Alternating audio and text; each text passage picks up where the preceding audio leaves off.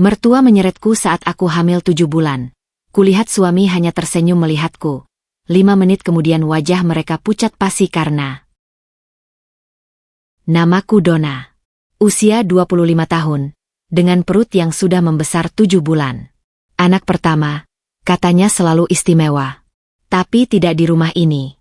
Rumah mertua di Jalan Melati ini begitu megah. 2 lantai, marmer mengilap, taman mungil dengan kolam ikan. Orang bilang aku beruntung. Menikah dengan Liam, anak tunggal pengusaha sukses. Hidupku seharusnya seperti di negeri dongeng. Tapi dongeng selalu berakhir sebelum hidup bahagia selamanya. Aku ingat pertama kali Mas Liam melamarku. Matanya berbinar, janjinya manis. Akan lindungi kamu seumur hidup, Don. Ayahku yang sudah renta menangis bahagia. Ibuku di kampung sampai mengadakan syukuran kecil-kecilan. Anak perempuan satu-satunya menikah dengan orang kota. Mapan, tampan pula. Siapa sangka, di balik senyum manis Mas Liam, ada ketidakberdayaan yang tak pernah kukira. Siapa sangka, di balik pagar megah ini, aku lebih seperti pembantu daripada menantu. Semuanya dimulai pagi itu. Hari Minggu yang cerah, tapi hatiku mendung sejak bangun tidur. Ayo, Donna, cepat bangun. Sudah jam 6. Masih molor saja. Teriakan Bu Tini dari luar kamar membuatku tersentak.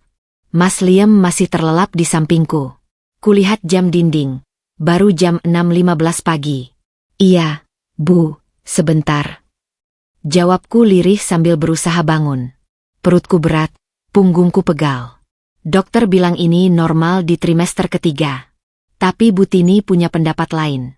Normal-normal saja. Aku dulu hamil Liam. Kerja keras sampai mau lahiran. Jangan bikin alasan. Aku menghela napas panjang. Tiap hari begitu. Setiap pagi dimulai dengan teriakan. Setiap gerakku diawasi. Setiap keluhan dianggap kelemahan. Mas Liam masih tidur. Atau pura-pura tidur. Entahlah. Aku beringsut turun dari tempat tidur dengan susah payah. Perutku yang besar membuat keseimbanganku tak stabil. Setiap langkah harus hati-hati. Sampai di dapur, Bu Tini sudah menunggu dengan daftar tugas. Kamu cuci piring dulu. Setelah itu rebus air untuk mandi. Jangan lupa sarapan buat Liam. Dia suka telur mata sapi setengah matang. Terus bersihkan ruang tamu. Nanti siang ada tamu. Aku mengangguk patuh. Tak ada gunanya membantah. Saat mencuci piring, tanganku terasa kebas. Mungkin karena kurang tidur. Mungkin karena tekanan darah yang naik turun. Piring hampir jatuh. Tapi aku berhasil menangkapnya. Bu Tini yang sedang duduk di meja makan, melirik tajam. Hati-hati, itu piring mahal. Beli di Jepang. Iya, Bu. Mas Liam turun sekitar pukul 8. Wajahnya masih kusut, rambutnya acak-acakan. Aku sudah siapkan sarapan persis seperti pesanannya. Makan dulu, Mas. Kataku lembut, berharap setidaknya dia bisa lihat perjuanganku. Dia mengangguk, duduk, lalu makan sambil main HP. Seperti biasa. Bu Tini mulai lagi. Lihat tuh, istri kamu baik banget. Masak, cuci, bersihin semua. Jangan lupa bersyukur punya ibu yang pinter milihin mantu. Aku tersenyum getir. Padahal, dialah yang milihin? Aku dan Mas Liam pacaran 3 tahun sebelum menikah. Tapi sepertinya Bu Tini mau mengambil semua kredit. Mas Liam hanya terkekeh, tanpa menatapku. Sorenya, tamu datang. Tante Yuni, adiknya Bu Tini, dengan 2 anaknya yang masih kecil. Rumah langsung ramai. Anak-anak berlarian, suara teriakan di mana-mana. Dan siapa yang disuruh mengurus semuanya? Aku. Don, ambilin minum. Don, anakku mau cemilan. Don, bersihin ini tumpah. Aku mondar-mandir seperti kuda. Perutku terasa kencang. Kontraksi kecil mulai muncul. Tapi kupikir itu biasa. Dokter bilang bisa terjadi jika terlalu capek. Saat membawa nampan berisi gelas-gelas, salah satu anak Tante Yuni berlari dan menabrakku. Tubuhku oleng, nampan jatuh, gelas-gelas pecah berantakan. Suara pecahan kaca menghentikan semua aktivitas di ruang tamu. Semua mata tertuju padaku. Donna, teriak Bu Tini sekencang-kencangnya. Wajahnya merah padam. Dia berjalan cepat ke arahku. Aku masih terbengong, mencoba menstabilkan diri sambil memegangi perut. Tangan Bu Tini mencengkeram lenganku. Kuat. Sangat kuat. Kamu lihat apa yang kamu perbuat. Gelas ini satu set dari Jerman. Harganya jutaan. Maaf, Bu, tadi ada anak. Jangan salahin anak orang. Kamu yang ceroboh. Kamu yang gak becus. Tarikan keras membuatku terseret. Bu Tini menyeretku dari ruang tamu menuju dapur. Kakiku terseret, nyaris tersandung keset di ambang pintu. Mama, pelan-pelan. Suara Mas Liam dari kejauhan, tapi terdengar sayup. Tak ada gerakan. Tak ada upaya untuk menghentikan. Aku menoleh ke ruang tengah. Mas Liam duduk di sofa. Di pangkuannya ada ponsel. Matanya menatapku sekilas. Lalu sudut bibirnya terangkat. Dia tersenyum. Dunia serasa berhenti. Atau mungkin hanya jantungku yang berhenti berdetak sesaat. Dia tersenyum. Dia melihat ibunya menyeret istrinya yang hamil 7 bulan seperti karung. Dan dia tersenyum. Bukan karena lucu. Aku tahu itu. Itu senyum canggung. Senyum orang yang gak tahu harus berbuat apa. Senyum pengecut yang berusaha menutupi ketidakmampuannya bertindak. Tapi sakitnya sama saja. Perihnya sama saja. Dia tersenyum. Di saat tangannya seharusnya meraihku, di saat tubuhnya seharusnya berlari melindungiku, dia hanya duduk di sana, di sofa empuk itu, dan tersenyum. Aku ingat janjinya dulu. Waktu kami masih pacaran, dia bilang akan selalu menjagaku. Waktu kami menikah, dia bilang akan jadi imam yang baik. Waktu aku hamil, dia bilang akan memanjakanku. Semua janji itu luntur saat Bu Tini muncul. Di rumah ini, aku bukan istri. Aku hanya dona. Yang harus patuh. Yang harus kerja. Yang harus diam. Jangan melamun. Hardik Bu Tini, menyadarkanku dari lamunan. Dia masih menyeretku. Sampai di ambang pintu dapur, dia akhirnya melepaskan tanganku. Lenganku merah. Bekas cengkeramannya akan jadi memar besok. Kamu bersihin pecahan kaca itu. Setelah itu masak buat malam. Jangan lupa beli bawang di warung. Dan jangan cengeng gitu liatinnya. Aku hanya mengangguk, menunduk. Tak ingin dia melihat mataku yang basah. Sambil membersihkan pecahan kaca, tanganku gemetar. Setiap kali membungkuk, perutku terasa makin berat. Kontraksi kecil datang lebih sering. Tapi kupikir itu karena capek. Aku tak tahu, di dalam rahimku, tanda-tanda bahaya mulai muncul. Di ruang tengah, aku bisa mendengar tawa mereka. Bu Tini, Tante Yuni, anak-anaknya, dan Mas Liam. Mereka tertawa. Mungkin nonton TV. Mungkin ngobrol. Hidup berjalan normal sementara aku di dapur, membersihkan sisa-sisa amarah. Tak ada yang bertanya apakah aku baik-baik saja. Tak ada yang peduli kalau aku butuh istirahat. Dan di antara tawa mereka, yang paling jelas kuingat adalah senyum Mas Liam. Senyum yang melihatku terseret. Senyum yang membiarkan semuanya terjadi. Aku tak tahu, 5 menit setelah senyum itu, wajahnya akan berubah pucat pasi. Aku tak tahu, darah akan mengalir di lantai dapur ini. Aku tak tahu, hidup kami semua akan berubah dalam hitungan jam. Yang ku tahu saat itu, tanganku menyeka air mata yang jatuh, sementara perutku terus mulas, dan senyum Mas Liam masih membekas di pelupuk mata. 15 menit setelah diseret ke dapur, aku masih berusaha menata hati yang hancur. Tanganku terus bekerja membersihkan pecahan kaca, mengelap noda minuman yang tumpah. Bu Tini memang tidak memaafkan kesalahan sekecil apapun. Don, jangan lupa ambil sayur di kulkas. Cepat. Adik iparmu sebentar lagi sampai. Suara Bu Tini dari ruang tamu membuatku tersentak. Segera aku bangkit, mencuci tangan, lalu menuju kulkas. Perutku terasa kencang, tapi kuhiraukan. Kulkas besar berwarna silver itu berdiri megah di sudut dapur. Isinya penuh bahan makanan mahal. Bu Tini memang royal belanja, tapi soal masak, semua diserahkan padaku. Aku membuka pintu kulkas. Udara dingin menyapu wajahku yang berkeringat. Mataku mencari-cari sayur yang dimaksud. Sawi hijau. Di rak paling bawah. Aku membungkuk. Saat itulah aku merasakannya. Pertama, seperti ada yang meletus pelan di dalam perutku. Bunyi, pop, samar yang mungkin hanya aku yang dengar. Kedua, setetes. Hangat. Merembes di paha dalamku. Aku tertegun. Jantungku berdetak cepat. Jangan-jangan. Ketiga, lebih deras. Bukan setetes lagi, tapi aliran. Seperti keran bocor. Air hangat membasahi kakiku, membasahi lantai dapur. Air ketubanku pecah. Tidak aak. Bisikku lirih. Tak percaya. Tangan kananku masih memegang sawi. Tangan kiriku spontan memegangi perut. Bayiku di dalam bergerak gelisah. Atau mungkin itu hanya imajinasiku. Gerg.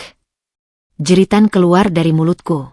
Bukan karena sakit fisik yang dahsyat, tapi karena panik yang luar biasa. 7 bulan. Baru 7 bulan. Bayiku belum siap lahir. Tolong. Rintihku.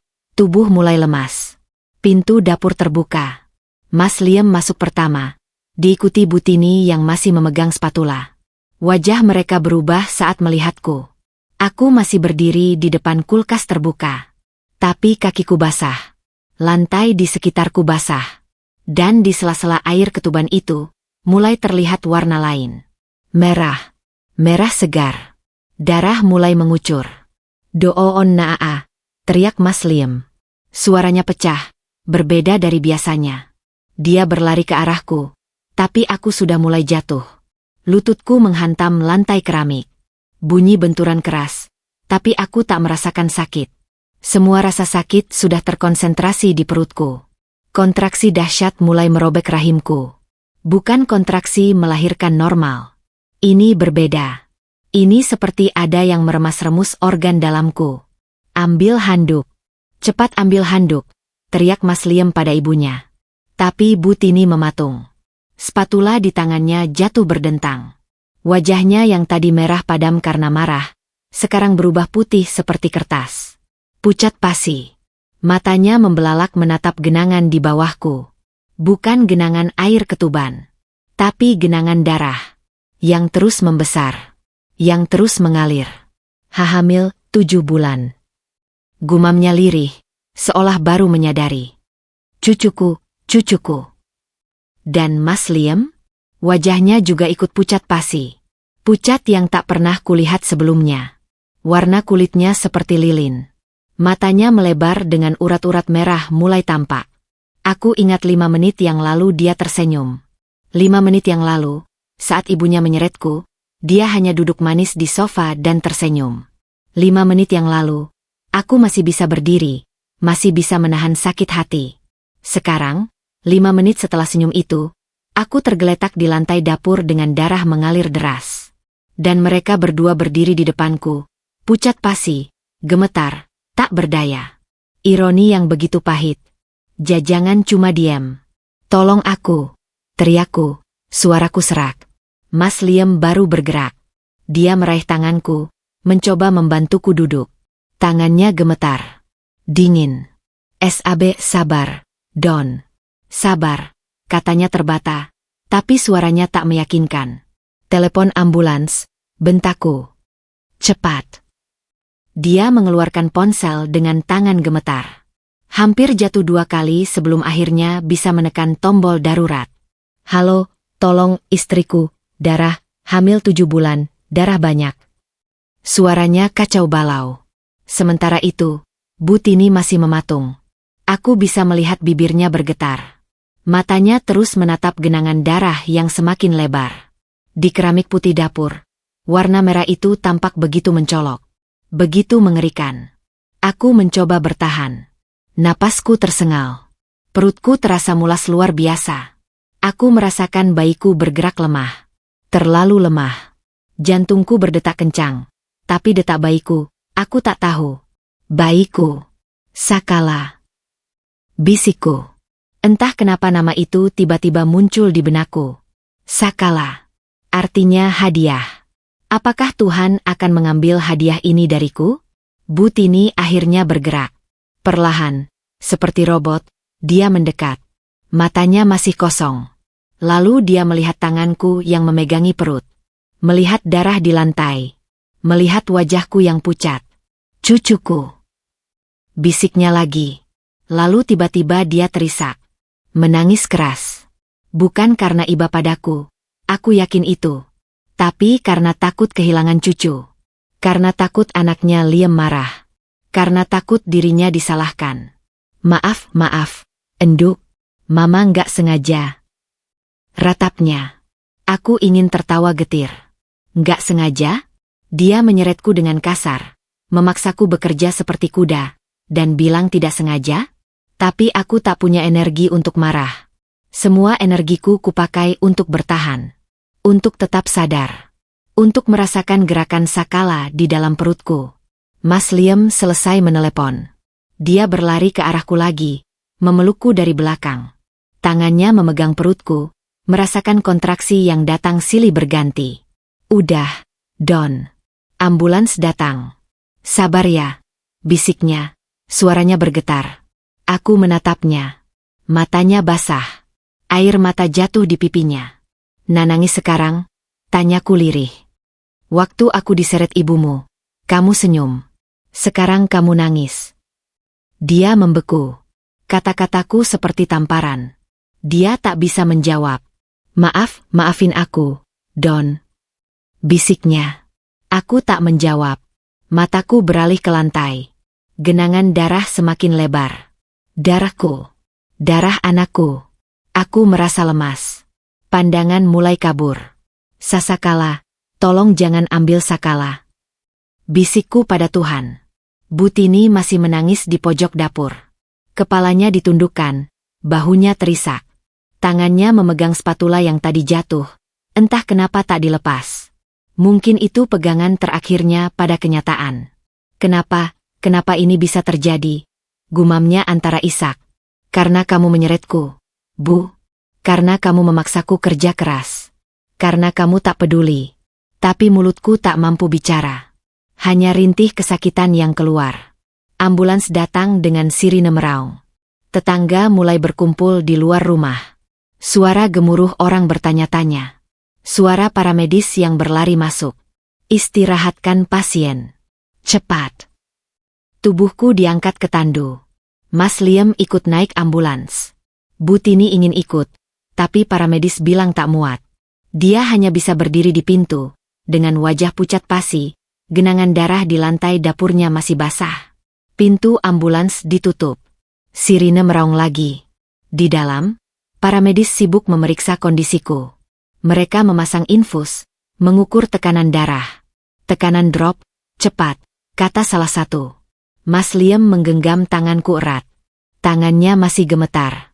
Air matanya tak berhenti jatuh. Sakala. Bisikku lagi. Apa, Don? Tanyanya. Nama anak kita. Sakala. Dia mengangguk, meski mungkin tak mengerti artinya. Iya, Don. Sakala. Nama yang bagus. Kamu harus kuat. Kita harus selamatkan Sakala. Mataku mulai berat. Pandangan makin kabur. Suara sirine terdengar sayup. Rasanya seperti mimpi buruk yang tak berujung. Aku ingat tadi pagi, aku bangun dengan harapan biasa. Hari Minggu yang cerah. Mungkin bisa santai sebentar. Mungkin Mas Liam bisa menemani jalan-jalan kecil. Tapi Tuhan punya rencana lain. Dan di ambulans yang melaju kencang ini, dengan tangan suami yang gemetar memegang tanganku, aku hanya bisa berdoa. Tuhan, selamatkan anakku. Sakala. Hadiah yang hampir saja hilang karena ulah mereka. Karena tangan kasar mertua. Karena diamnya suami. Karena senyumnya 5 menit sebelum semuanya hancur. Aku tak tahu apakah aku bisa memaafkan. Yang ku tahu, darah di lantai dapur itu akan selalu mengingatkan mereka. Pada 5 menit setelah senyum pengecut itu. Pada saat wajah mereka berubah pucat pasi. Pada saat semuanya terlambat. Mas Liam masih menggenggam tanganku. Genggamannya erat, tapi gemetar. Aku bisa mendengar isak tangisnya pelan. Don, kamu kuat, ya? Kamu harus kuat. Aku minta maaf. Bisiknya berulang-ulang. Maaf. Kata itu terus keluar dari mulutnya. Tapi di telingaku, kata itu terdengar hampa. Terlambat. Semua terlambat. Ambulans berhenti dengan sentakan. Pintu belakang dibuka. Cahaya lampu rumah sakit menyilaukan. Suara orang-orang berlarian. Suara perintah-perintah singkat. Pasien hamil 7 bulan dengan perdarahan aktif. Segera ke ruang operasi. Sudah hubungi dokter kandungan? Sudah. Dokter Wulan dalam perjalanan. Tanduku didorong cepat. Lampu-lampu di langit-langit rumah sakit melintas cepat di atas kepalaku. Derap kaki para perawat dan dokter mengelilingiku. Mas Liam berusaha mengikuti, tapi di pintu ruang operasi, dia dihentikan. Maaf, Pak, hanya keluarga inti yang boleh. Saya suaminya. Potongnya dengan suara tinggi, panik. Suami bisa tunggu di ruang tunggu. Istrinya akan kami tangani. Aku mau masuk. Aku mau lihat istriku. Sebuah tangan mencekal bahunya. Seorang perawat lain dengan tegas mengarahkannya ke ruang tunggu. Pintu ruang operasi tertutup di belakangku, memisahkan kami. Dan untuk pertama kalinya, aku sendirian. Di dalam ruang operasi, lampu besar menyorot tajam ke arahku. Suasana dingin, tapi aku berkeringat dingin. Tanganku dipasang infus di kedua sisi. Monitor detak jantung berbunyi cepat. Ada selang oksigen di hidungku. Bu, saya Dr. Wulan, dokter kandungan. Saya akan selamatkan ibu dan bayi. Tapi ibu harus tenang dan ikuti instruksi kami. Suara tegas namun lembut di telingaku. Aku mengangguk lemah. Air mata mengalir tanpa bisa kubendung. Du dokter, selamatkan bayiku. Sakala, namanya Sakala. Dokter Wulan tersenyum tipis. Nama yang indah. Sekarang, kami akan melakukan operasi sesar darurat. Bayinya harus segera dikeluarkan karena ibu mengalami solusio plasenta. Plasenta terlepas sebelum waktunya. Ini berbahaya untuk ibu dan bayi. Solusio plasenta. Aku tak paham istilah medis itu. Yang ku tahu, itu berbahaya. Mungkin karena aku terlalu capek. Mungkin karena aku dipaksa kerja berat. Mungkin karena tangan kasar Butini yang menyeretku. Ini akan terasa dingin, kata seorang dokter lain, menyuntikkan sesuatu ke infusku. Perlahan, rasa sakit di perutku mulai menghilang. Tapi kesadaranku juga ikut menghilang. Sebelum gelap total, aku masih sempat berbisik. Sakala, ibu sayang kamu. Lalu semuanya hitam. Saat aku membuka mata lagi, yang kulihat pertama adalah langit-langit putih dengan lampu neon yang tidak terlalu terang. Ruangan ini lebih sunyi. Bau obat-obatan khas rumah sakit menusuk hidungku. Aku hidup. Syukurlah, aku hidup. Tapi di mana Sakala? Refleks, tanganku meraba perut. Perutku kosong. Bayiku sudah tidak ada di sana. Jantungku berdetak kencang. Apakah dia selamat? Apakah dia? Nak Dona sudah sadar. Suara itu membuatku menoleh. Seorang perawat parubaya tersenyum ramah di samping tempat tidur. Bah, bayiku, Bu? Tanyaku dengan suara serak, tenggorokanku kering sekali. Perawat itu tersenyum. Bayinya laki-laki, Bu. Selamat. Tapi karena lahir di usia 7 bulan, beliau harus dirawat di inkubator. Paru-parunya belum sempurna. Aku menarik napas lega. Sakala hidup. Anakku hidup. Boleh saya lihat? Tanyaku penuh harap. Sebentar ya, Bu. Dokter mau periksa dulu kondisi ibu. Tapi tenang, bayinya dalam penanganan tim neonatologi yang terbaik. Aku mengangguk, meski tak sabar ingin segera melihat buah hatiku.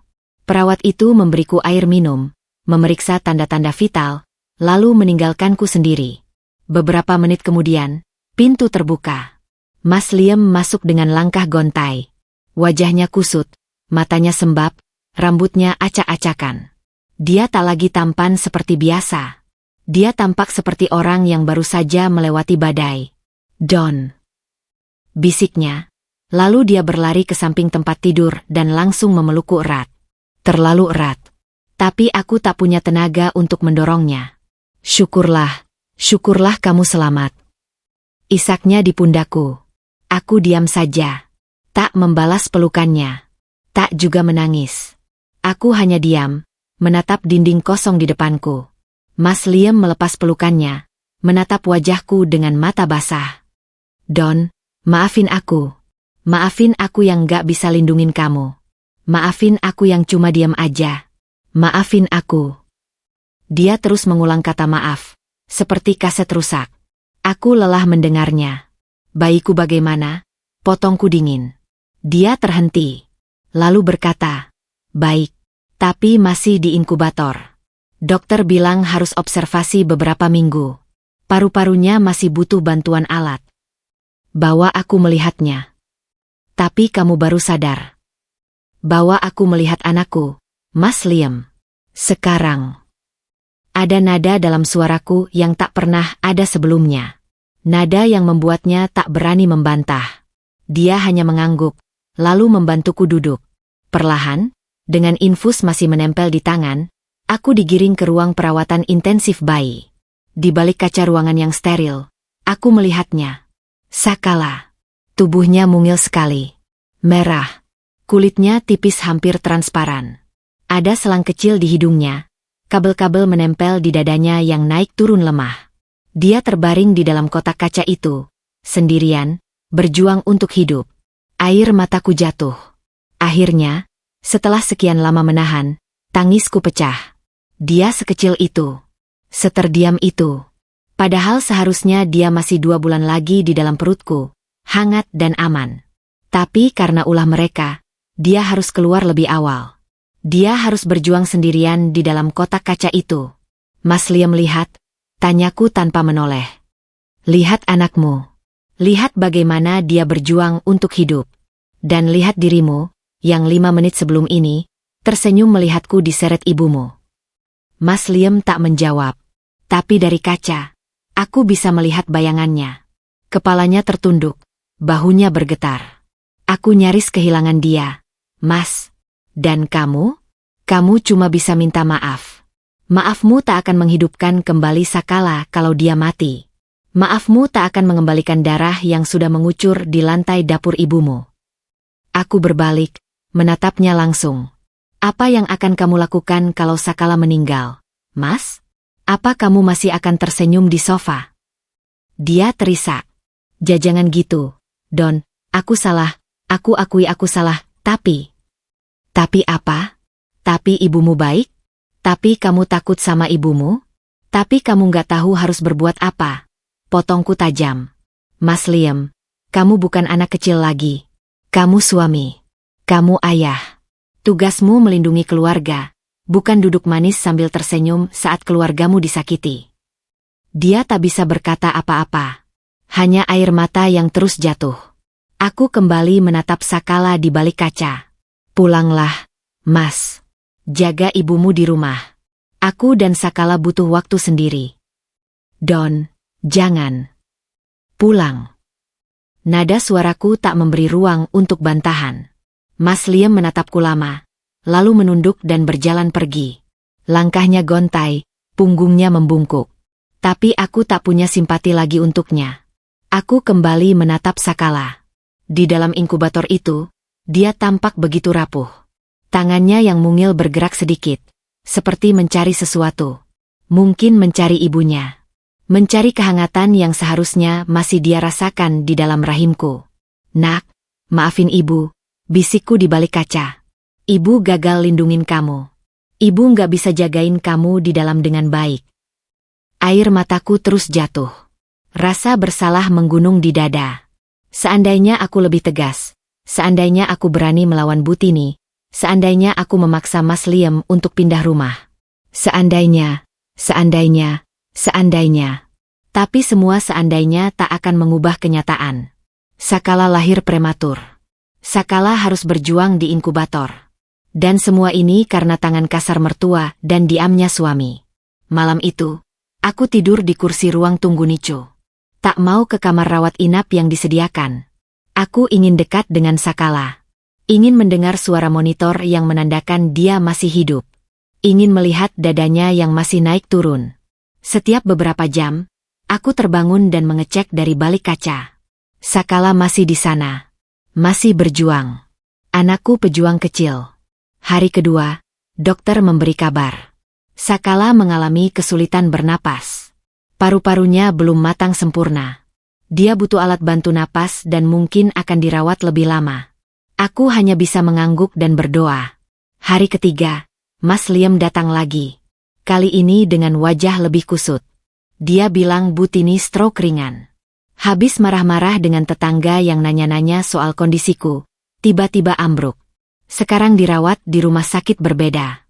Aku mendengar kabar itu dengan datar. Tak ada rasa iba. Tak ada rasa puas. Hanya datar. Oh, jawabku singkat. Dia minta maaf, Don. Minta kamu dan Sakala jenguk. Aku menatapnya lama. Lalu berkata, katakan pada ibumu, kalau Sakala selamat dan bisa pulang, mungkin aku akan pertimbangkan untuk memaafkannya. Tapi kalau Sakala, aku tak mampu melanjutkan. Mas Liam mengerti. Dia mengangguk, mengecup keningku pelan, lalu pergi. Aku kembali menatap Sakala di balik kaca. Hari ketiga. Masih berjuang. Nak, kuat ya, bisikku. Ibu di sini. Ibu nggak akan kemana-mana. Ibu akan jagain kamu sampai kamu besar nanti. Ibu janji. Sakala bergerak sedikit. Jari-jari mungilnya mengembang. Seperti memberi isyarat bahwa dia dengar, bahwa dia akan berjuang. Senyum pertama kali muncul di bibirku setelah berhari-hari. Senyum yang tulus. Senyum untuk anakku. Dan di dalam hati, aku berjanji. Aku akan lindungi Sakala dari siapapun. Termasuk dari mertua yang kejam. Termasuk dari suami yang pengecut. Aku akan jadi ibu yang kuat untuknya. Sekuat dia berjuang untuk hidup. Hari keempat Sakala di inkubator. Aku sudah hafal jadwal ruang NICU. Kapan perawat ganti jaga? Kapan dokter datang memeriksa? Kapan waktu boleh menjenguk lebih dekat? Aku juga hafal suara monitor yang menemani tidur Sakala. Bip, bip, bip, irama yang menenangkan sekaligus mencemaskan. Pagi itu, seorang perawat muda mendekatiku di ruang tunggu. Bu Dona, ada tamu. Dari pihak keluarga. Aku mengerutkan kening. Mungkin Mas Liam datang lagi. Tapi saat menoleh, yang kulihat bukan suamiku. Bu Tini duduk di kursi roda, didorong oleh perawat rumah sakit lain. Wajahnya pucat, setengah tubuhnya tampak lumpuh. Tangan kirinya lemas di pangkuan, mulutnya sedikit mencong ke kanan. Aku tertegun. Ini pertama kalinya aku melihat mertuaku dalam kondisi tak berdaya. Dulu dia begitu perkasa, begitu angkuh, begitu menakutkan. Sekarang dia hanya seorang perempuan tua rapuh di kursi roda. Enduk. Panggilnya lirih, suaranya terbata dan tak jelas.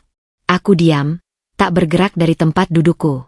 Perawat yang mendorongnya berkata, Bu Tini minta diantar ke sini, Bu. Dia ingin minta maaf langsung. Aku masih diam. Mematung. Bu Tini mencoba menggerakkan kursi rodanya sendiri, tapi tangannya tak mampu. Akhirnya perawat tadi mendorongnya hingga berada di depanku. Jarak kami hanya sekitar 1 meter. Aku bisa melihat matanya yang berkaca-kaca. Bisa melihat garis-garis penuaan di wajahnya yang dulu selalu kulihat dengan perasaan takut dan tertekan. Enduk, maafin Mama. Bisiknya dengan susah payah. Air mata mengalir di pipinya yang keriput. Maaf. Mama jahat sama kamu. Aku masih diam. Hatiku bergemuruh antara iba dan sakit hati. Sakala gimana? Tanyanya. Matanya berusaha melihat ke balik kaca ruang NICU, tapi tak mampu dari kursi rodanya. Aku akhirnya angkat bicara. Suaraku dingin. Masih berjuang. Dokter bilang paru-parunya belum sempurna. Mungkin masih 2 minggu lagi di sini. Bu Tini menutup wajahnya dengan tangan kanannya. Satu-satunya tangan yang masih bisa digerakkan. Bahunya bergetar menahan isak. Ini salah Mama. Mama yang keterlaluan. Mama maksa kamu kerja keras padahal kamu hamil tua. Tangisnya tersendat-sendat. Maaf, Enduk. Mama nggak mikir. Mama cuma mikir diri sendiri. Maaf. Aku menatapnya lama. Perempuan ini, yang dulu menyeretku, yang dulu membentakku setiap hari, yang dulu memandangku dengan hina, sekarang menangis terseduh-seduh di depanku. Dia sudah dihukum oleh takdir. Stroke di usia yang belum terlalu tua, setengah badan lumpuh, masa tuanya akan penuh keterbatasan. Tapi apakah itu cukup? Apakah penyesalannya cukup menghapus semua luka? Bu, panggilku akhirnya. Aku dengar permintaan maaf Bu Tini. Tapi aku belum bisa memaafkan. Maaf. Bu Tini mengangkat wajahnya, terkejut. Mungkin dia mengira dengan kondisinya yang begini, aku akan langsung luluh. Aku melanjutkan, setiap kali aku pejamkan mata, aku masih ingat bagaimana tangan Bu Tini mencengkeram lenganku dan menyeretku seperti aku ini sampah.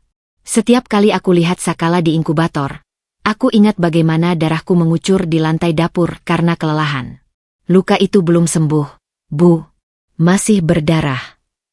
Maaf, maaf. Hanya itu yang bisa diucap Bu Tini. Saya tahu Bu Tini menyesal. Tapi penyesalan tak akan mengembalikan 2 bulan masa kehamilan yang seharusnya saya nikmati dengan tenang. Penyesalan tak akan menghilangkan trauma Sakala lahir prematur.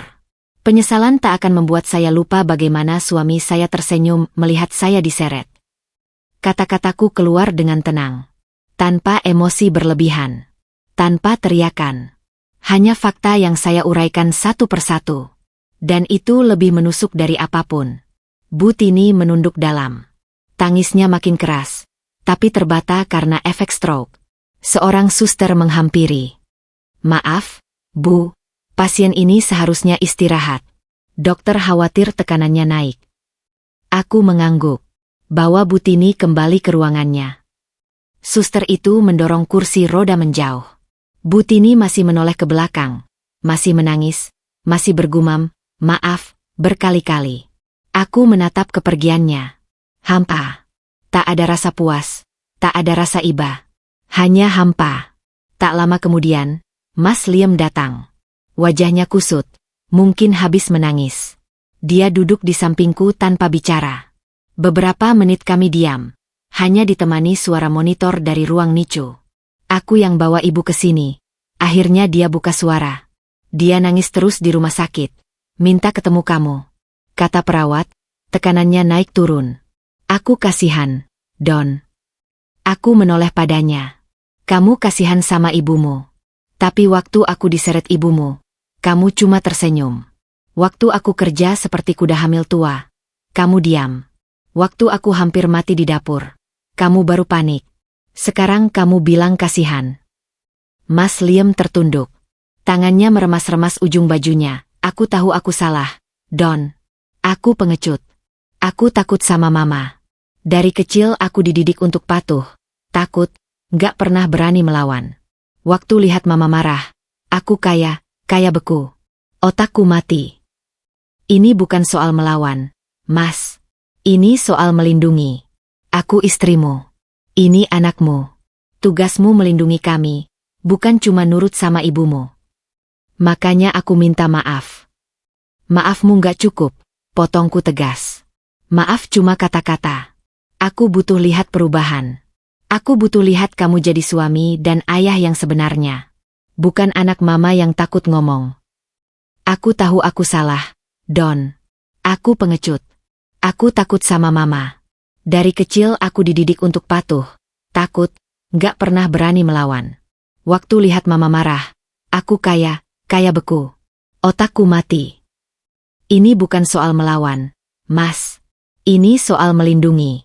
Aku istrimu. Ini anakmu. Tugasmu melindungi kami, bukan cuma nurut sama ibumu. Makanya aku minta maaf. Maafmu gak cukup, potongku tegas. Maaf cuma kata-kata. Aku butuh lihat perubahan. Aku butuh lihat kamu jadi suami dan ayah yang sebenarnya. Bukan anak mama yang takut ngomong. Mas Liam mengangkat wajahnya. Matanya merah. Aku akan berubah, Don. Janji. Aku akan cari rumah kontrakan. Kita akan pindah. Aku akan cari kerja sampingan biar bisa hidup mandiri, nggak tergantung sama mama. Aku diam. Menimbang-nimbang ucapannya. Aku akan buktikan, lanjutnya. Bukan cuma omong, tapi perbuatan. Aku tahu kamu gak percaya aku sekarang. Tapi aku akan buktikan sedikit demi sedikit. Mulai dari mana? Dari sekarang. Aku akan jagain kamu dan Sakala di sini. Aku akan urus semua administrasi rumah sakit. Aku akan belajar ganti popok, belajar suapin Sakala nanti kalau sudah boleh. Aku akan jadi ayah yang hadir, bukan coba nama doang. Aku menatapnya. Untuk pertama kalinya, aku melihat tekad di matanya. Bukan rasa takut, bukan penyesalan, tapi tekad. Kita lihat nanti, jawabku singkat. Mas Liam mengangguk. Aku terima. Aku akan buktikan. Dia berdiri, berjalan ke balik kaca nicu, menatap Sakala yang mungil di inkubator. Dari belakang, aku melihat bahunya bergetar. Dia menangis lagi. Aku membiarkannya. Biar dia rasakan bagaimana rasanya melihat anak sendiri dalam kondisi seperti ini. Biar dia rasakan sakitnya menjadi orang tua yang tak bisa berbuat banyak. Sore harinya, Mas Liam pergi sebentar. 1 jam kemudian dia kembali dengan membawa 2 bungkus makanan kesukaanku, soto ayam dan es teh manis. Dia tahu aku suka soto dari langganan dekat rumah. Makan dulu, Don, katanya sambil membuka bungkus soto. Aku menerimanya ragu. Tapi memang perutku lapar. Sejak kemarin makan hanya roti dan air mineral. Dia duduk di sampingku, diam-diam memperhatikanku makan. Tak banyak bicara. Tapi kehadirannya, entah kenapa, sedikit mengurangi rasa sendiri yang selama ini kurasakan. Malam harinya, dia tak pulang. Dia tidur di kursi ruang tunggu, persis seperti yang kulakukan selama ini. Tanpa selimut, tanpa bantal, hanya kursi kayu yang keras. Berkali-kali dia terbangun, lalu berjalan ke kaca nicu untuk melihat Sakala. Kembali tidur, lalu terbangun lagi. Aku memperhatikannya dari balik kelopak mata yang kusam. Mungkin ini awal perubahannya. Mungkin juga tidak. Tapi setidaknya, dia mencoba. Keesokan paginya, dokter datang dengan kabar baik. Sakala menunjukkan perkembangan. Dia sudah bisa bernapas lebih baik. Mungkin dalam seminggu bisa keluar dari inkubator. Aku menangis bahagia. Mas Liam memelukku, dan kali ini, untuk pertama kalinya, aku membalas pelukannya. Pelukan yang lelah, tapi penuh syukur. Sakala kuat, Don. Anak kita kuat, bisiknya. Iya, jawabku lirih. Dia pejuang kecil. Di balik kaca, Sakala terbaring tenang. Jari-jari mungilnya bergerak-gerak dalam tidur. Seperti melambai pada kami. Seperti berkata, Ibu, Ayah, aku baik-baik saja. Sementara itu, di rumah sakit lain, Bu Tini terbaring sendiri. Mungkin dia merenungi semua perbuatannya. Mungkin dia menyesali semua kekejamannya. Mungkin juga tidak. Tapi satu hal yang pasti, hubungan kami tak akan pernah sama lagi.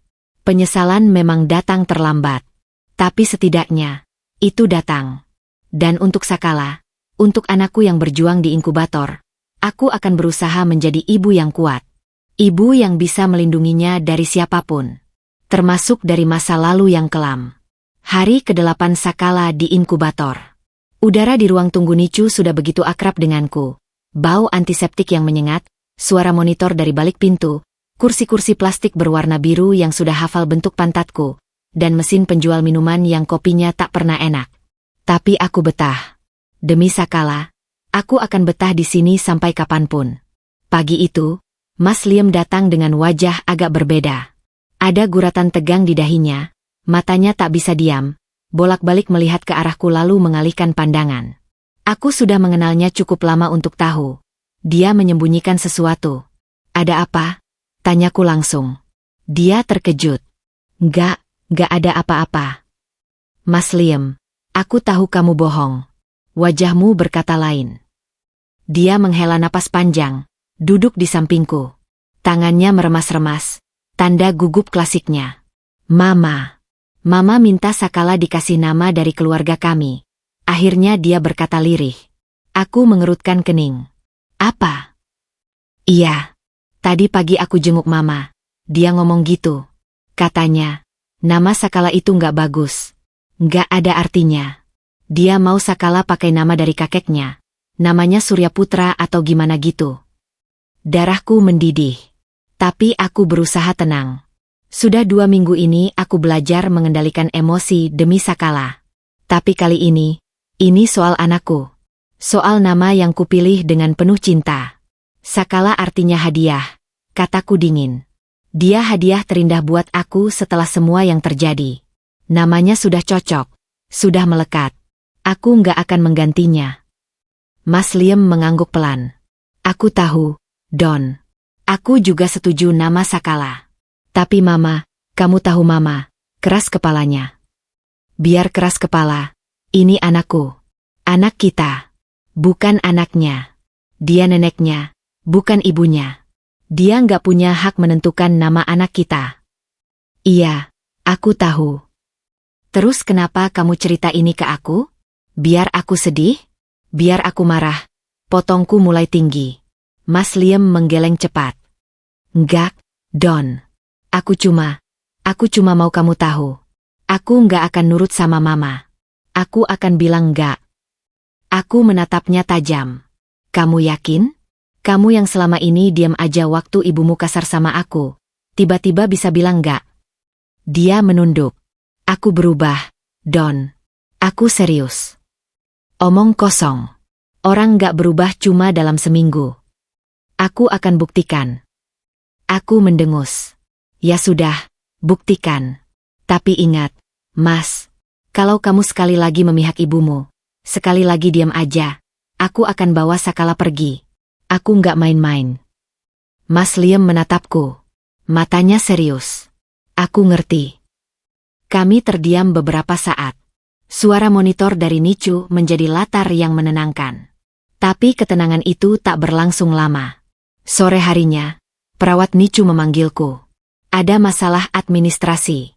Ternyata Butini, melalui asistennya, sudah menghubungi bagian administrasi rumah sakit dan meminta perubahan data nama bayi. Dia ingin nama Sakala diubah secara resmi. Aku syok. Apa? Dia bisa berbuat gila seperti itu. Perawat itu terlihat canggung. Maaf, Bu Dona. Ada yang mengajukan perubahan. Tapi kami belum proses karena butuh persetujuan kedua orang tua. Tapi, dari pihak keluarga, ada tekanan. Tekanan? Tekanan bagaimana maksudnya? Butini mengancam akan memindahkan bayi ke rumah sakit lain kalau nama itu tidak diubah. Aku hampir tak percaya dengan apa yang kudengar.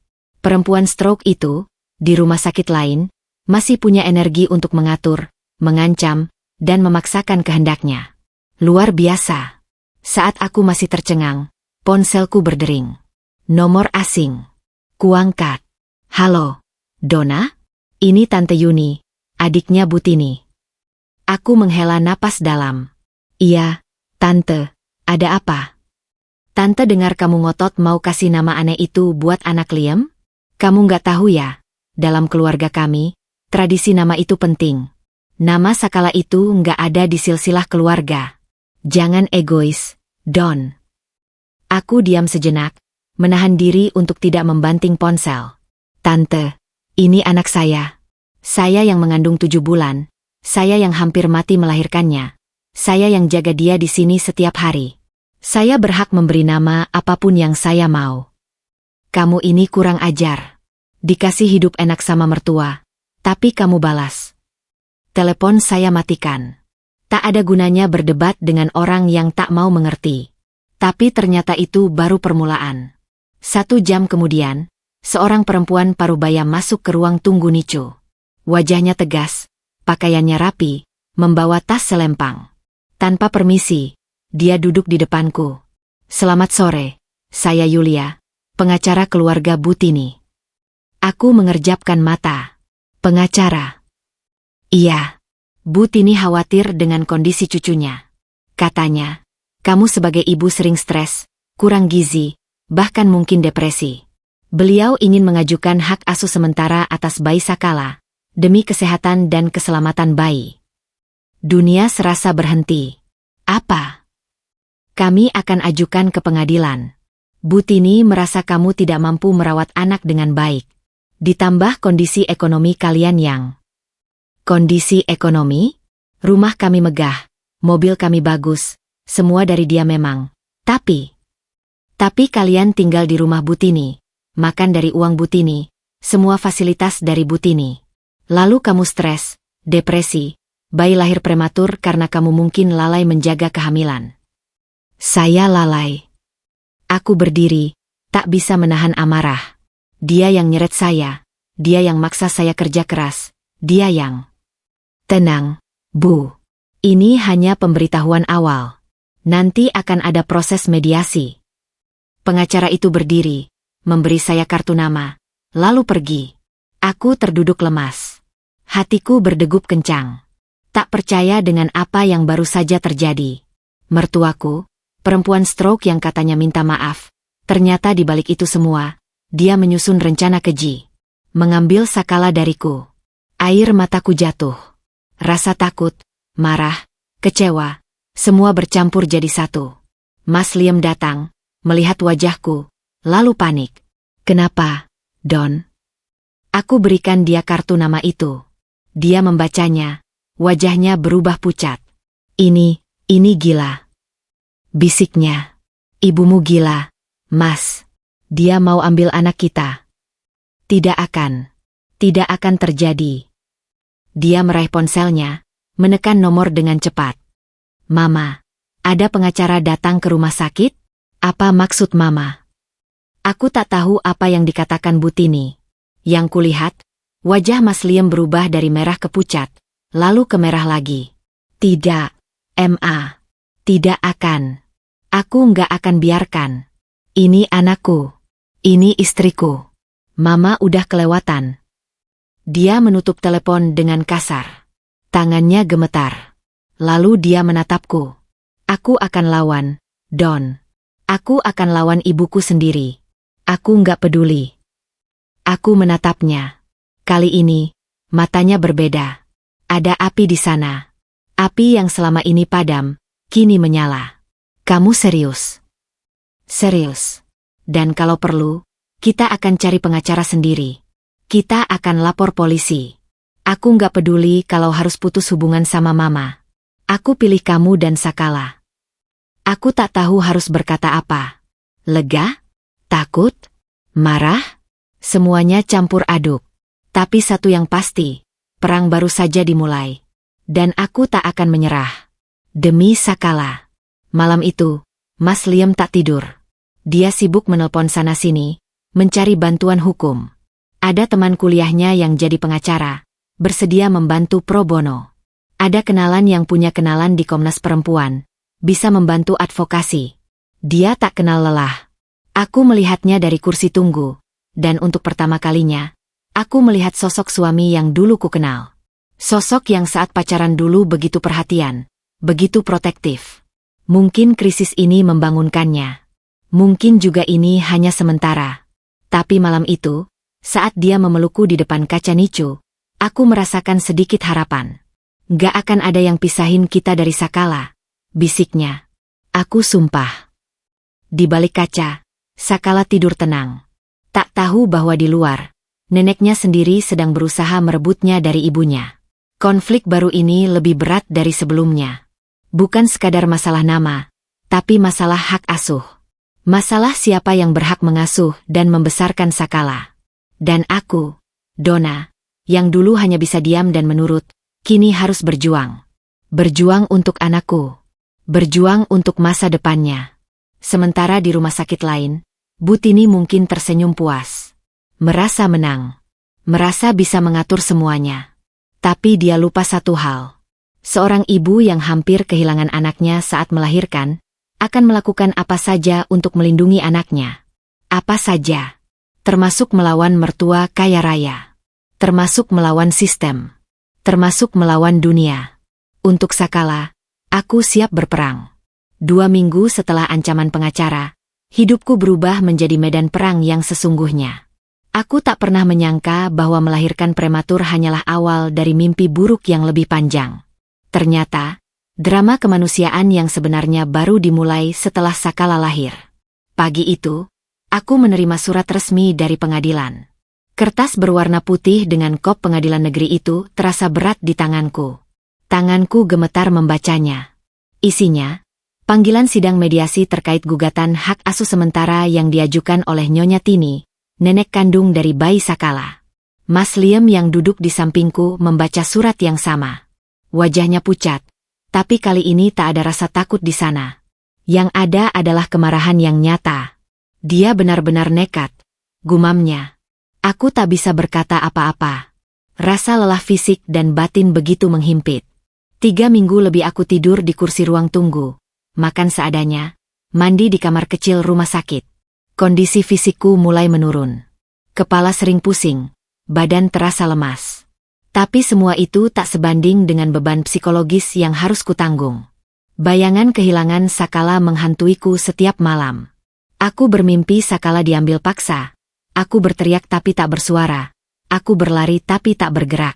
Mimpi buruk itu datang setiap malam, membuat tidurku tak pernah nyenyak. Suster Nicu mulai mengenalku dengan baik. Mereka tahu ceritaku dari berita yang viral di media sosial.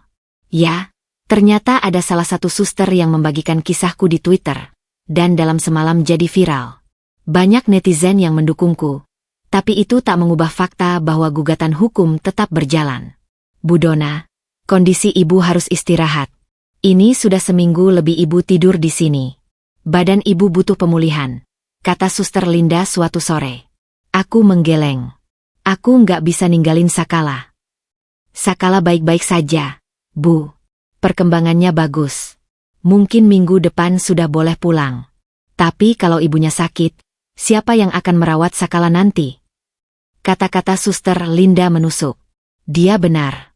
Kalau aku jatuh sakit, mungkin itu akan jadi senjata baru Bu Tini untuk merebut Sakala. Akhirnya, dengan berat hati, aku setuju untuk pindah ke kamar rawat inap yang disediakan rumah sakit. Mas Liam mengurus administrasinya. Dan malam itu, untuk pertama kalinya dalam 3 minggu, aku tidur di tempat tidur yang layak. Tapi tidurku tetap tak nyenyak. Setiap 2 jam, aku terbangun dan berjalan ke ruang Nicu untuk memastikan Sakala baik-baik saja. Kebiasaan yang sulit dihilangkan. Mas Liam selalu menemaniku. Dia tak pernah meninggalkanku sendirian sejak ancaman pengacara itu.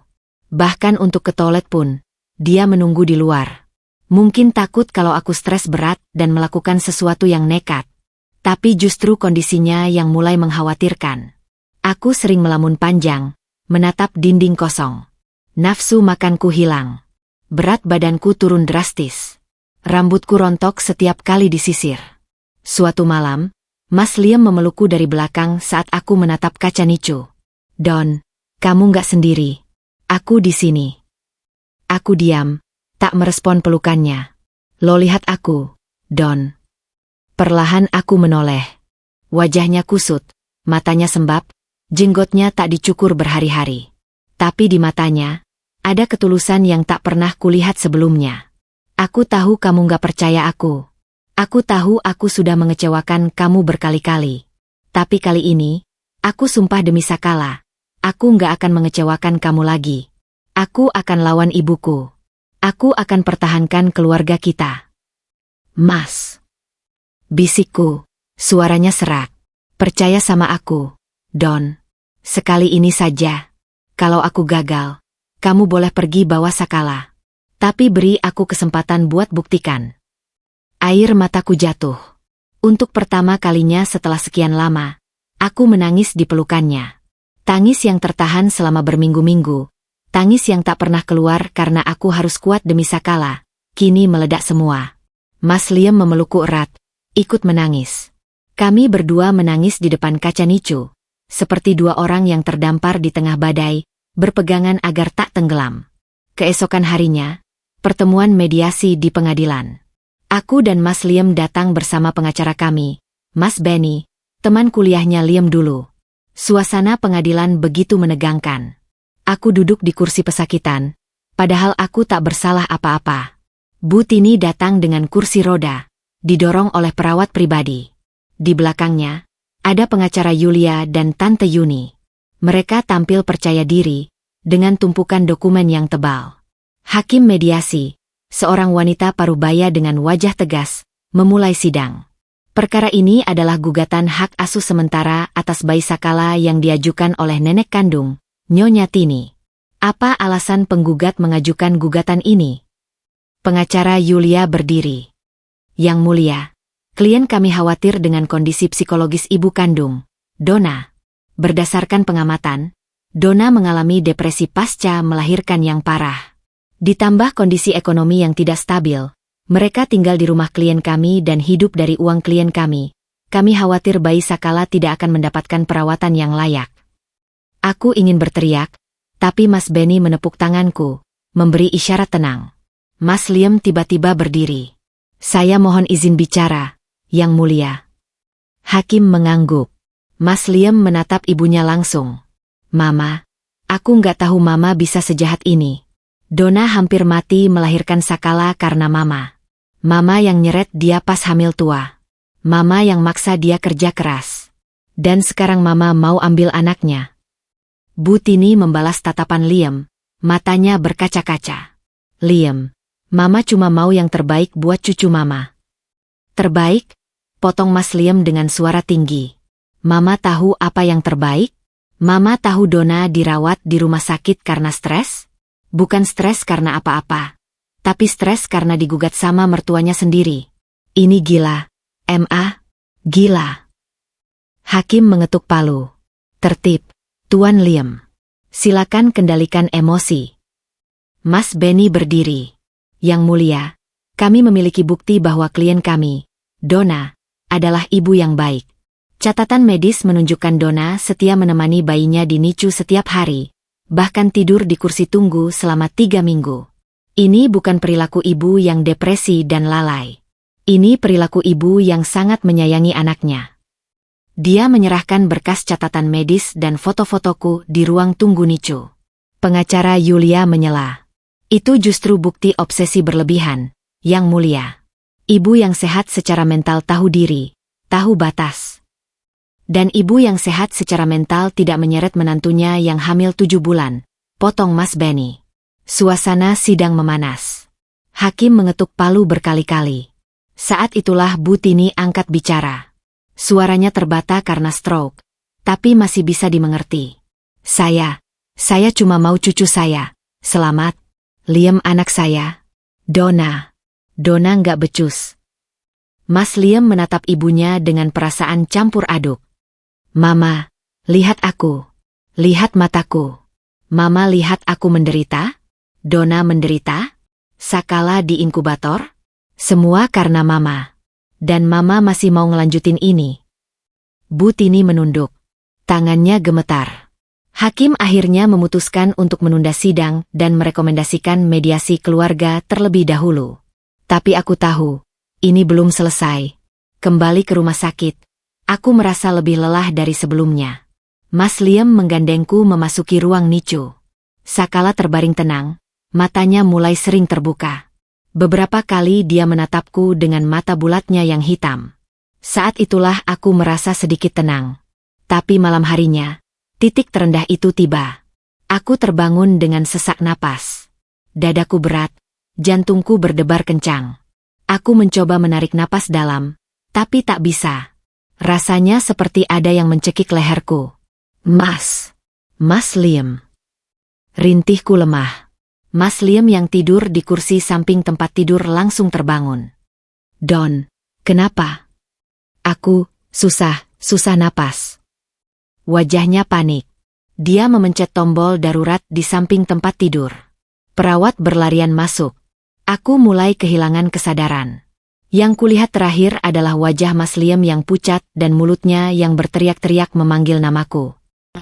Saat sadar, aku terbaring di ruang ICU. Ada selang oksigen di hidungku, infus di kedua tangan, dan monitor yang berbunyi bip di sampingku. Mas Liam duduk di sampingku, wajahnya hancur. Begitu melihat mataku terbuka, dia langsung menangis. Don, syukurlah, kamu sadar.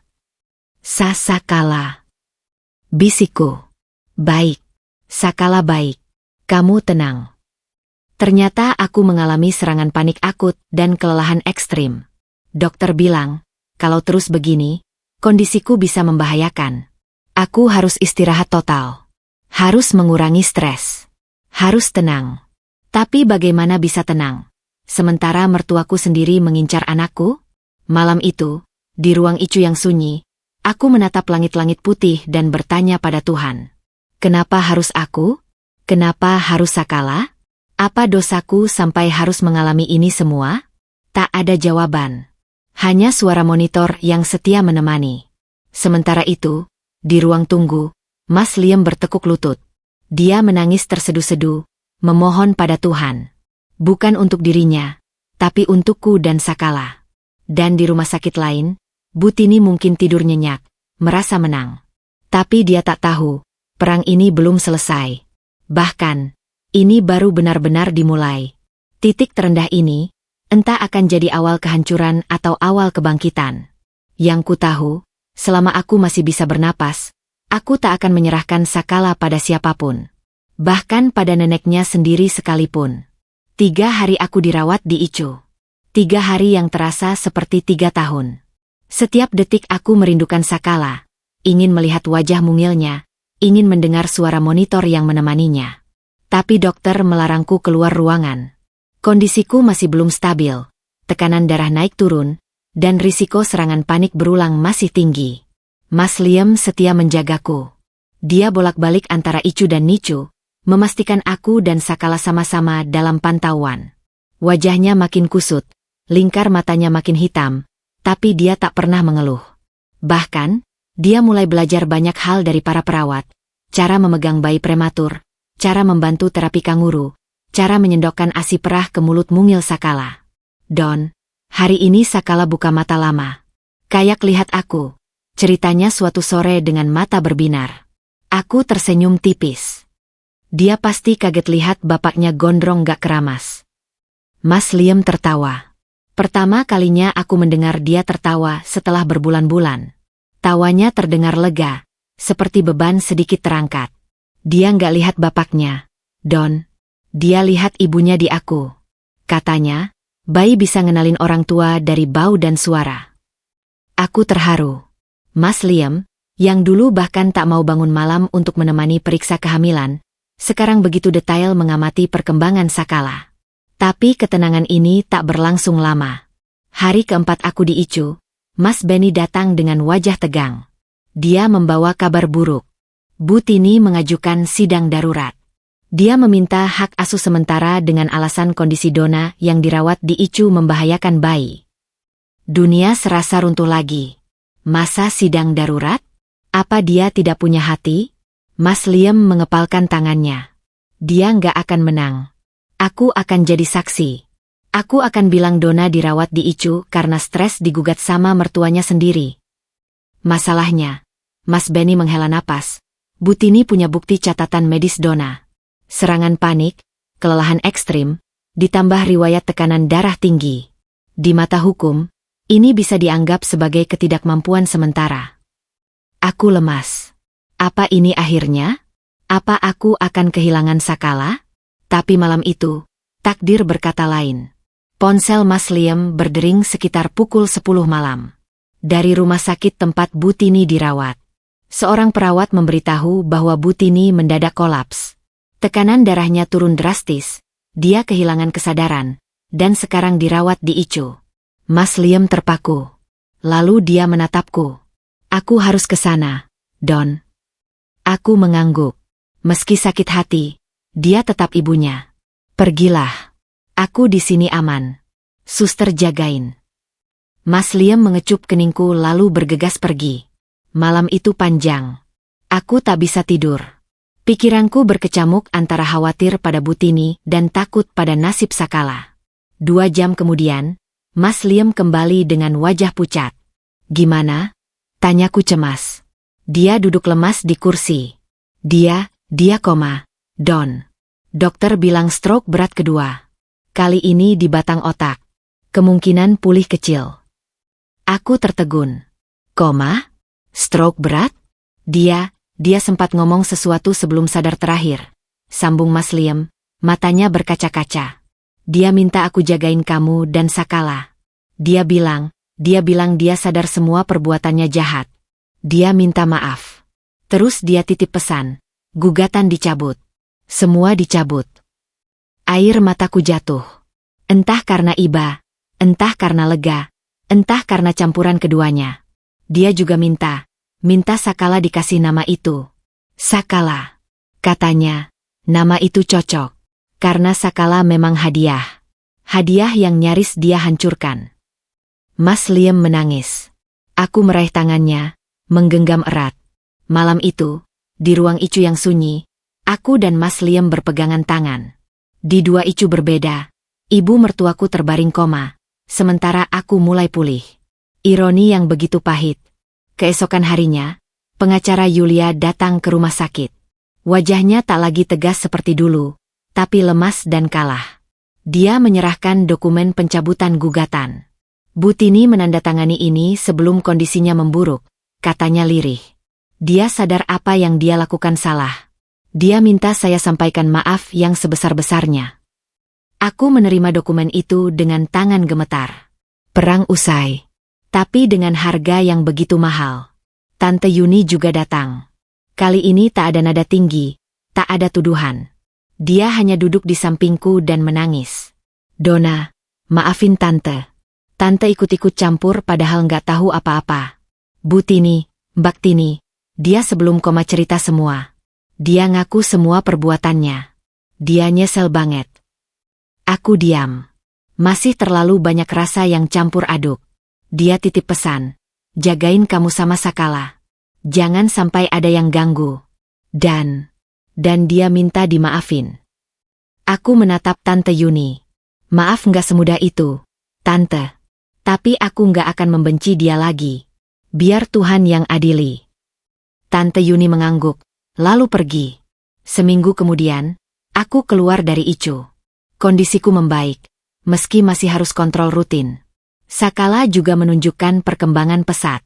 Dokter bilang, minggu depan dia boleh pulang. Aku tak bisa menahan bahagia. Tapi di saat yang sama, Bu Tini masih koma. Belum ada tanda-tanda kesadaran. Dokter bilang, kecil kemungkinan dia bangun. Dan kalaupun bangun, kemungkinan besar lumpuh total, bahkan mungkin kehilangan kemampuan bicara. Mas Liam bolak-balik antara rumah sakitku, rumah sakit Bu Tini, dan Nicu. Dia tak pernah mengeluh. Bahkan, dia mulai mengatur semuanya. Mencari suster untuk menjaga Bu Tini, mengurus administrasi, mempersiapkan rumah kontrakan untuk kami bertiga. Ibu minta kita pindah. Katanya suatu sore. Waktu sadar terakhir, dia bilang, kita harus punya rumah sendiri. Dia kasih uang buat DP rumah. Katanya, itu warisan yang seharusnya dari dulu. Aku terharu. Kamu terima. Dia mengangguk. Ini yang dia mau.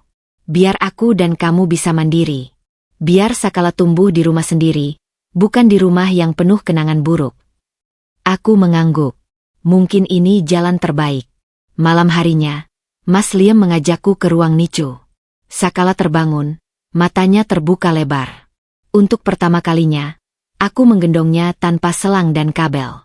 Hanya ada selang oksigen kecil di hidungnya, tapi itu pun sebentar lagi akan dilepas. Dia menatapku dengan mata bulatnya yang jernih. Matanya seperti berkata, Ibu, aku di sini. Aku kuat. Nak, maafin ibu ya. Belum bisa jadi ibu yang baik buat kamu, bisikku. Mas Liam memeluk kami berdua. Kita akan baik-baik saja, Don. Bersama-sama. Sakala menggerakkan tangannya, meraih jariku. Genggamannya kecil, tapi terasa begitu kuat. Seperti dia bilang, Ibu, kita kuat. Kita hadiah untuk satu sama lain. Di rumah sakit lain, Bu Tini terbaring koma. Mungkin dia tak akan pernah sadar lagi. Mungkin dia tak akan pernah bisa melihat Sakala tumbuh besar. Tapi sebelum pergi, dia sempat menebus kesalahannya. Dia mencabut gugatan. Dia merestui nama Sakala. Dia memberi kami rumah baru. Karma memang ada. Bukan dalam bentuk balasan setimpal yang selalu kita bayangkan, tapi dalam bentuk kesadaran yang datang di akhir. Sayangnya, bagi Bu Tini, kesadaran itu datang saat semuanya hampir terlambat. Tapi setidaknya, dia sempat meminta maaf. Setidaknya, dia sempat memperbaiki sebelum benar-benar pergi. Dan untukku, itu sudah cukup untuk mulai memaafkan.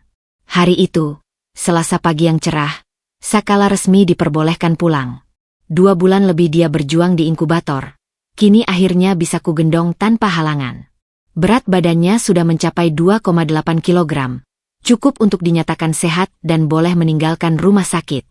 Aku tak bisa menahan tangis bahagia saat suster menyerahkan Sakala ke pelukanku. Tubuhnya yang mungil terasa begitu hangat, begitu nyata. Selama ini aku hanya bisa melihat dari balik kaca, hanya bisa menyentuh melalui lubang inkubator. Sekarang, dia benar-benar di pelukanku. Ibu, akhirnya kamu bisa pulang, nak, bisikku sambil mencium keningnya yang mungil. Sakala membuka matanya, menatapku dengan tatapan kosong bayi yang baru belajar melihat dunia. Tapi aku tahu, di balik tatapan itu, ada ikatan yang tak terputus antara kami. Ibu dan anak. Mas Liam berdiri di sampingku. Matanya juga basah. Dia mengelus kepala Sakala dengan lembut, seperti tak percaya anak sekecil itu adalah darah dagingnya. Kita bawa pulang, Don. Bawa pulang anak kita. Aku mengangguk. Tapi pertanyaannya, pulang kemana? Rumah mertua? Tak mungkin. Terlalu banyak kenangan buruk di sana. Belum lagi Butini yang masih koma di rumah sakit lain. Rumah kontrakan yang dijanjikan? Masih dalam proses. Mas Liam baru menemukan satu rumah kontrakan yang cocok, tapi belum siap huni. Aku sudah bicara dengan Tante Yuni, kata Mas Liam seolah membaca pikiranku. Kita boleh tinggal di rumah Mama sementara. Tapi, terserah kamu. Kalau kamu nggak nyaman, kita cari hotel atau kos-kosan dulu. Aku diam sejenak. Rumah itu. Rumah dengan dapur berkeramik putih yang pernah merah oleh darahku. Rumah dengan ruang tamu tempat Mas Liam tersenyum saat aku diseret. Rumah dengan kenangan pahit yang membekas di setiap sudutnya. Aku nggak tahu, Mas, jawabku jujur. Rumah itu, banyak kenangan buruk. Mas Liam mengangguk mengerti. Aku paham. Makanya aku cari kontrakan cepat. Tapi mungkin, sebelum kontrakan siap, kita bisa tinggal di hotel. Aku sudah cek beberapa. Aku tersenyum tipis. Suamiku benar-benar berusaha. Selama sebulan terakhir, dia berubah drastis. Tak ada lagi pria pengecut yang diam saat ibunya bertindak semena-mena. Yang ada sekarang adalah pria yang sigap, bertanggung jawab, dan selalu memprioritaskan aku dan Sakala. Kita coba lihat rumahnya dulu, kataku akhirnya. Kalau aku nggak kuat, kita cari hotel. Mas Liam mengangguk setuju. Perjalanan dari rumah sakit ke rumah mertua terasa begitu berat. Setiap tikungan jalan mengingatkanku pada hari-hari kelam itu. Saat mobil memasuki gerbang kompleks perumahan, jantungku berdegup kencang. Tanganku secara refleks memeluk Sakala lebih erat. Don, kamu tenang. Mas Liam meraih tanganku.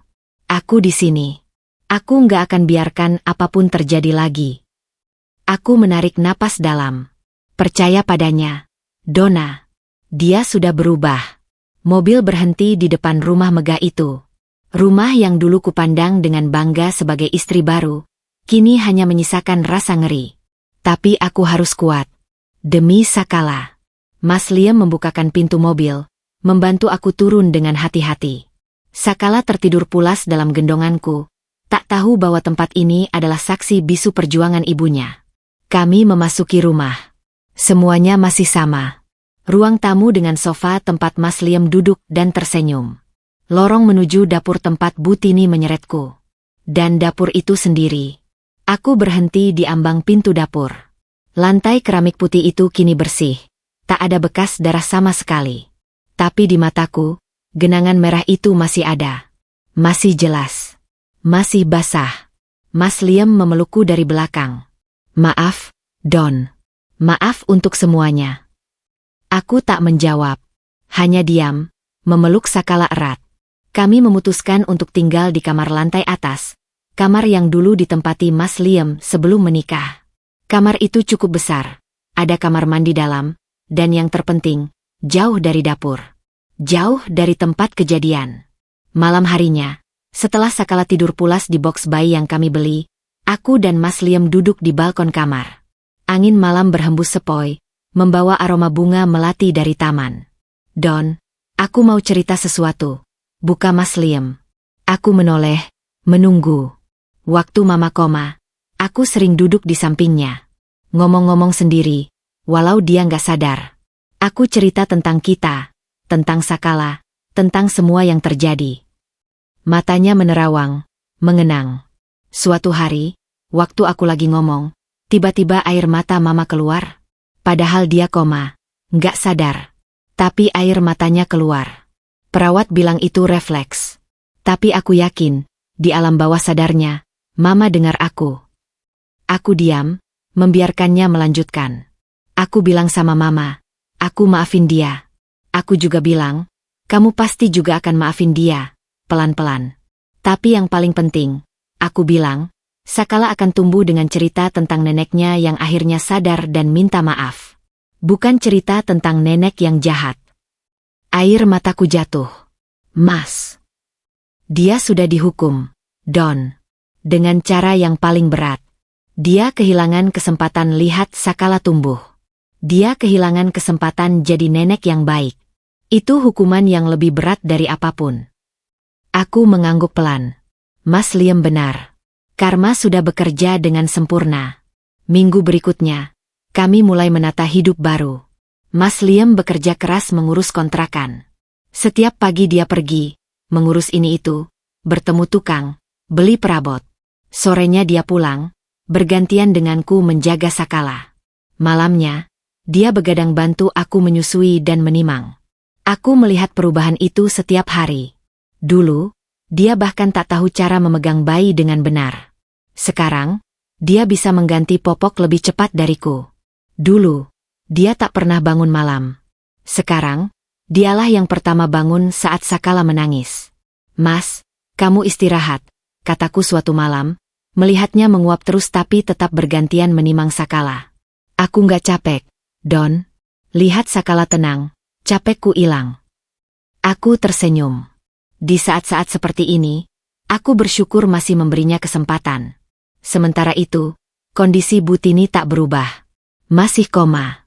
Dokter bilang, kemungkinan sadar sangat kecil. Tapi Mas Liam tetap menjenguk setiap 2 hari sekali. Kadang aku ikut, membawa Sakala. Meski Butini tak sadar, entah kenapa aku merasa dia tahu kami datang. Mungkin karena saat Sakala digendong di dekatnya, monitor jantungnya menunjukkan detak yang lebih stabil. Perlahan, hatiku mulai melunak. Mungkin ini caraku memaafkan, bukan dengan kata-kata, tapi dengan tindakan. Datang menjenguk, membawa Sakala, mendoakan kesembuhannya. Tante Yuni juga sering datang. Hubungan kami membaik. Dia sering membantu mengurus Butini, juga membantu Mas Liam mengurus kontrakan. Kadang dia membawakan makanan untukku, memastikan aku makan dengan baik. Donna, kamu kurus banget. Ini tante bawa sop buntut kesukaan kamu. Makan ya, katanya suatu sore. Aku tersenyum. Makasih, tante. Tante Yuni duduk di sampingku, menatap Sakala yang tidur di box. Dia mirip Liam pas bayi. Tapi matanya mirip kamu. Kata orang sih gitu, tante. Tante Yuni menghela napas. Donna, tante mau minta maaf sekali lagi. Buat semua yang tante lakukan kemarin. Tante ikut-ikut campur, ikut nyalahin kamu. Padahal tante nggak tahu apa-apa. Mbak Tini, sebelum koma, dia cerita semua. Dia nyesel banget. Tante juga nyesel. Aku meraih tangan Tante Yuni. Sudah, tante. Yang lalu biarlah lalu. Sekarang kita fokus sama Sakala. Sama Butini yang masih berjuang. Tante Yuni menangis. Kamu baik banget, enduk. Padahal kamu disakiti. Aku tersenyum tipis. Saya nggak baik, tante. Saya masih ingat semuanya. Tapi saya pilih untuk nggak terus-terusan sakit hati. Buat apa? Yang rugi saya sendiri. Lagi pula, Butini sudah dihukum dengan caranya. Siapa saya untuk menambah hukumannya? Tante Yuni memelukku erat. Kamu hebat, enduk. Sungguh hebat. 3 minggu kemudian, kontrakan siap. Rumah mungil dengan 2 kamar tidur, halaman kecil, dan dapur yang bersih. Tak megah seperti rumah mertua. Tapi ini milik kami. Atas namaku dan Mas Liam. Hari pindahan, aku berdiri di depan rumah baru itu dengan Sakala dalam gendongan. Mas Liam sibuk mengangkat kardus-kardus, ditemani Tante Yuni dan beberapa tetangga baru yang ramah. Selamat ya, Bu. Rumahnya bagus, sapa seorang tetangga. Makasih, Bu. Jawabku ramah. Mas Liam menghampiriku, berkeringat tapi tersenyum. Gimana, Don? Betah. Aku menatap rumah mungil itu. Sederhana.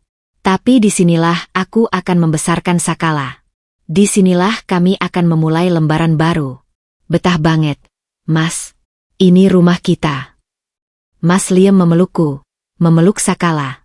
Iya, rumah kita. Bukan rumah Mama. Bukan rumah siapapun. Rumah kita. Sakala menggeliat, membuka matanya. Dia menatap kami berdua, lalu tersenyum. Senyum pertama yang nyata, bukan karena refleks.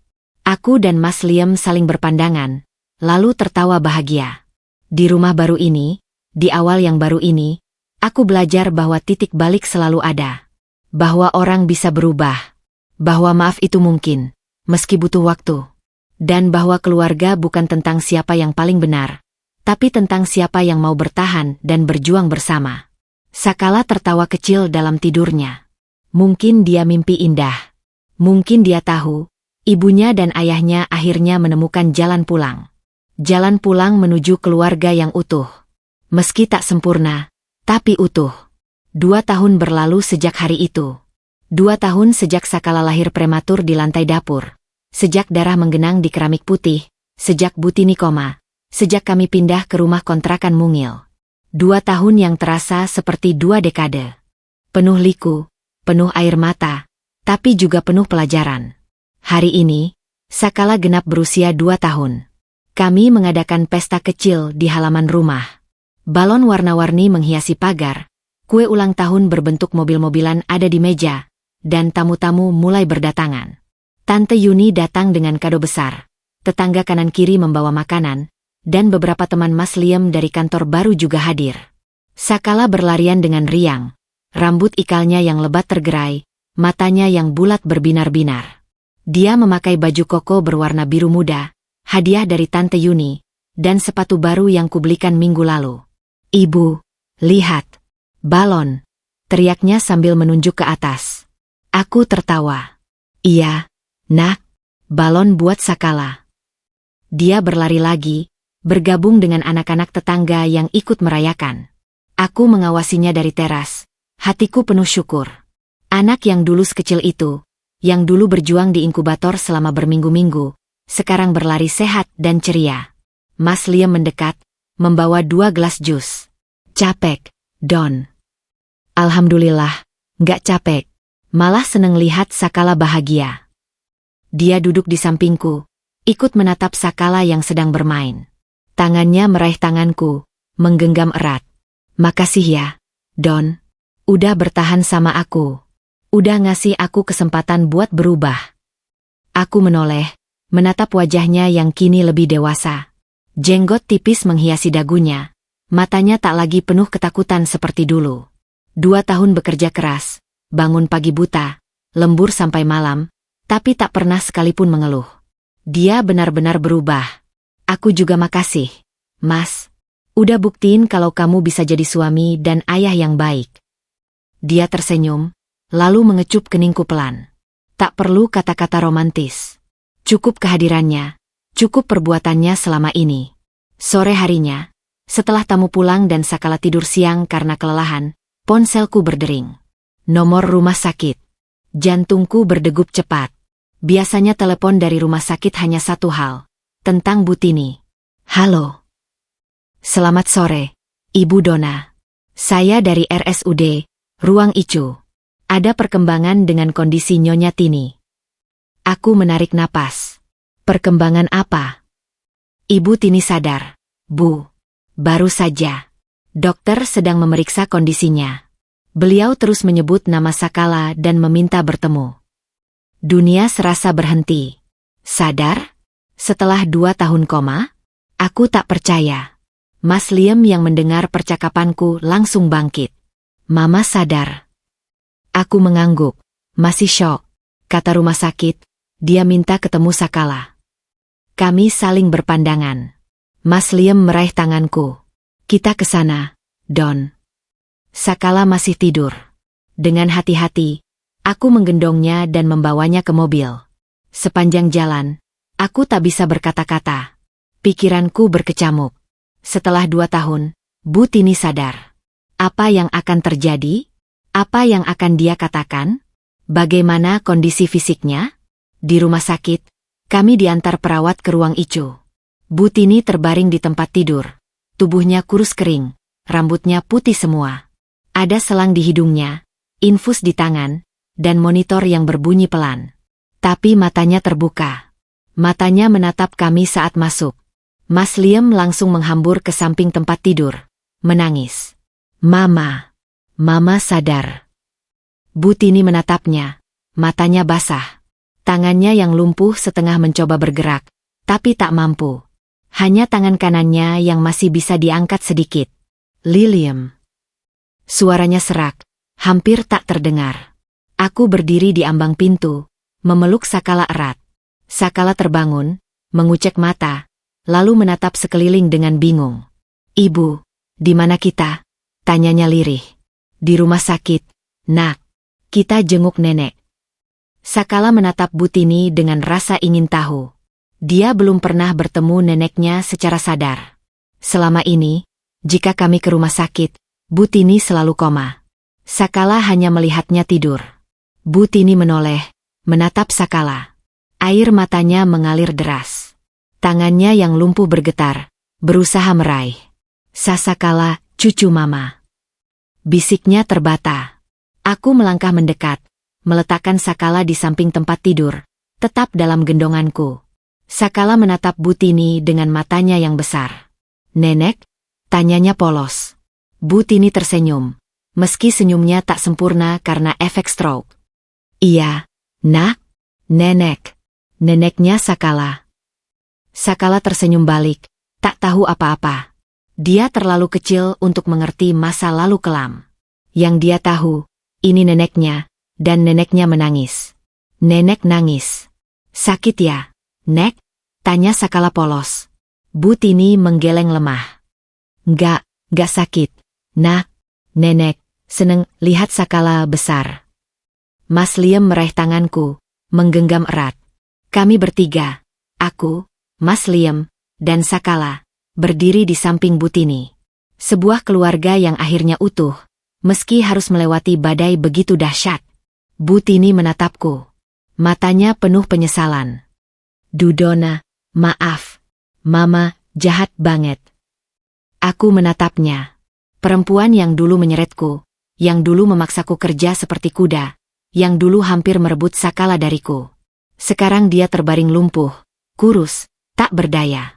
Karma sudah bekerja dengan sempurna. Tapi di matanya, kulihat ketulusan. Bukan kepura-puraan. Bukan karena dia terpaksa. Tapi penyesalan yang sesungguhnya. Aku menarik napas dalam. Lalu, untuk pertama kalinya, aku berkata, saya maafkan Mama. Semuanya. Bu Tini menangis keras, meski tangisannya tersendat-sendat. Tangan kanannya meraih tanganku, menggenggam lemah. Aku membiarkannya. Tak ada lagi rasa sakit. Tak ada lagi dendam. Yang ada hanya penerimaan. Sakala, dengan polosnya, meraih tangan Bu Tini yang lain. Nenek, jangan nangis. Sakala sayang nenek. Bu Tini tersenyum di sela tangisnya. Sakala, nenek juga sayang. Sakala. Malam itu, kami pulang dengan perasaan campur aduk. Bu Tini sadar. Kondisinya memang lemah, tapi dokter bilang dengan terapi, dia bisa membaik sedikit demi sedikit. Mungkin tak akan pernah pulih total, tapi setidaknya, dia masih diberi kesempatan untuk melihat cucunya tumbuh. Sejak hari itu, pola hidup kami berubah. Setiap akhir pekan, kami mengunjungi Bu Tini di rumah sakit. Sakala selalu bersemangat menemui neneknya. Dia tak tahu masa lalu kelam, dan mungkin itu lebih baik. Biar dia mengenal neneknya sebagai nenek yang menyayanginya, bukan sebagai monster dalam cerita. Bu Tini menjalani terapi setiap hari. Perlahan, dia bisa duduk, meski masih di kursi roda. Bicaranya mulai membaik, meski masih terbata. Dan setiap kali kami datang, matanya selalu berbinar. Suatu hari, saat Mas Liam mengurus administrasi, aku duduk berdua dengan Bu Tini. Sakala tidur di kursi roda cadangan, kelelahan setelah bermain di ruang terapi. Enduk. Panggil Bu Tini lirih. Iya, Ma. Mama mau bilang, sekali lagi, maaf. Dan makasih, udah jagain Sakala, jagain Liam. Aku tersenyum. Saya istri Liam, Ma. Tugas saya menjaga keluarga. Itu sudah kewajiban saya. Mama, bangga sama kamu. Kamu kuat. Lebih kuat dari Mama. Aku terharu. Pujian dari mantan mertua yang dulu membenciku ini terasa begitu berarti. Mama juga kuat, Ma. Masih bisa berjuang. Bu Tini tersenyum. Mama mau minta tolong. Apa, Ma? Jagain Liam. Dia anak baik, tapi lemah. Mama takut dia balik ke sifat lama. Kamu yang bikin dia kuat. Aku mengangguk. Saya janji, Ma. Saya akan jaga Mas Liam. Saya akan jaga keluarga ini. Bu Tini mengangguk puas, lalu memejamkan mata, beristirahat. Aku menatapnya dengan perasaan yang rumit. Perempuan ini, yang dulu ku benci, kini ku hormati. Dia mengakui kesalahannya. Dia berusaha memperbaiki. Dan dia mempercayakan anak dan cucunya padaku. 3 tahun kemudian. Sakala sudah 5 tahun. Bu Tini sudah bisa berjalan dengan bantuan tongkat, meski masih tertatih. Dia sudah pindah ke rumah perawatan khusus, tapi setiap akhir pekan, kami menjemputnya untuk berkumpul di rumah kontrakan kami, yang kini sudah kami beli jadi rumah sendiri. Hari itu, Minggu pagi yang cerah. Sakala bermain di halaman bersama Bu Tini.